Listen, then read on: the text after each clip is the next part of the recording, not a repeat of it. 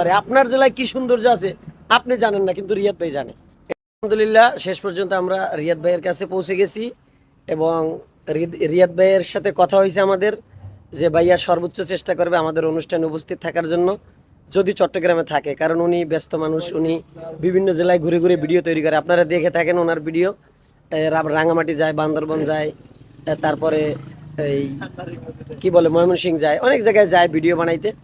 তো ভাইয়া সর্বোচ্চ চেষ্টা করবেন ইনশাল্লাহ আমাদের হ্যাঁ, অনুষ্ঠান থেকে। অবশ্যই চেষ্টা করব থাকার জন্য, কারণ আমি যে ধরনের ভিডিওগুলো বানাই, আমি যেটা পরিকল্পনা করেছি যে বিভিন্ন জেলায় যাই ভিডিও বানাবো। এই ভিডিওগুলো বানানোর জন্য কিন্তু অনেক কষ্ট হয়।